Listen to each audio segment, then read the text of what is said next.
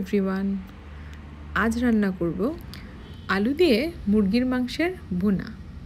রান্নার প্রিপারেশনের জন্য এখানে রেখেছি কিছু গুঁড়ো মশলা। এগুলো আমি আগে গুঁড়ো করে রেখেছি। রসুনের পাউডার নিয়েছি 1.5 চা চামচ, আদা পাউডার নিয়েছি 1 চা চামচ, জিরে গুঁড়ো 1.5 চা চামচ,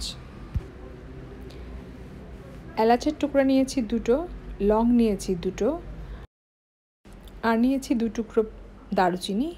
এগুলো আমি পাউডার করে রেখে দিয়েছিলাম।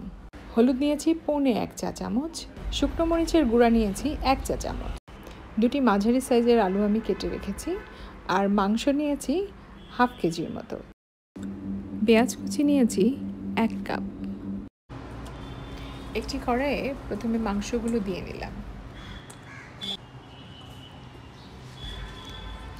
মাংসগুলো দেওয়া হয়ে গেলে আমি যে আগে একটা প্লেটে কতগুলো মশলা রেডি করে রেখেছিলাম এগুলো একে একে এখানে দিয়ে দিব। তারপর পেঁয়াজ কুচিগুলো এখানে দিয়ে দিব।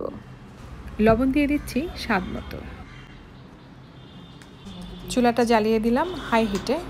এখন কিছুক্ষণ নেড়ে মাংসটাকে ভালোভাবে কষাবো। মাংস থেকে পানি ছেড়ে দিচ্ছে। এভাবে আমি বেশ কিছুক্ষণ কষাবো। কষানো হয়ে গেলে আমি এটাকে লো আঁচে ঢেকে দিব।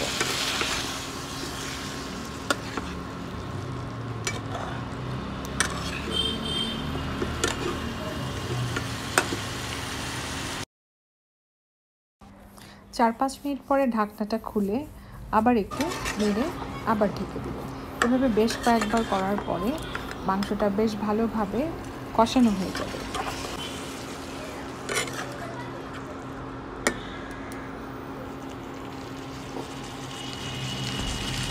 এখন 1/2 কাপের মতো পানি দিয়ে এটাকে মিডিয়াম আঁচে আরও কিছুক্ষণ ঢেকে রান্না করতে হবে।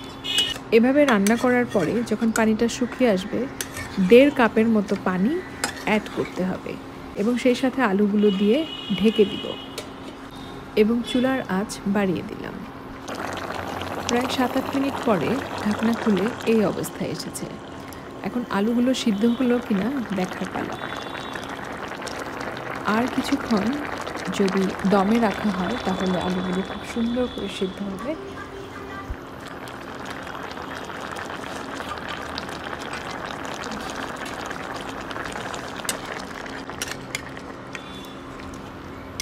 অল্প আছে আবার আমি এটাকে ঢেকে রান্না হতে দিচ্ছি।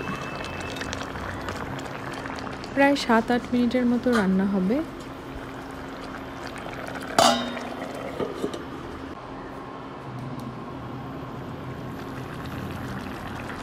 মাংসটা খুব ভালোভাবে সেদ্ধ হয়ে গেছে, আলুগুলো সেদ্ধ হয়ে গেছে। এখন এই ঝোলটাকে আমি আরেকটু টানিয়ে নেব। এই পর্যায়ে আমি ঢাকনাটাকে খোলা রেখেই এটাকে কিছুক্ষণ জাল দেব।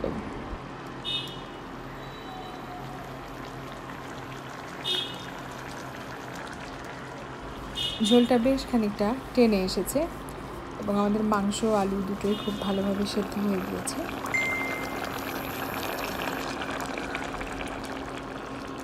কালারটাও খুবই ভালো এসেছে।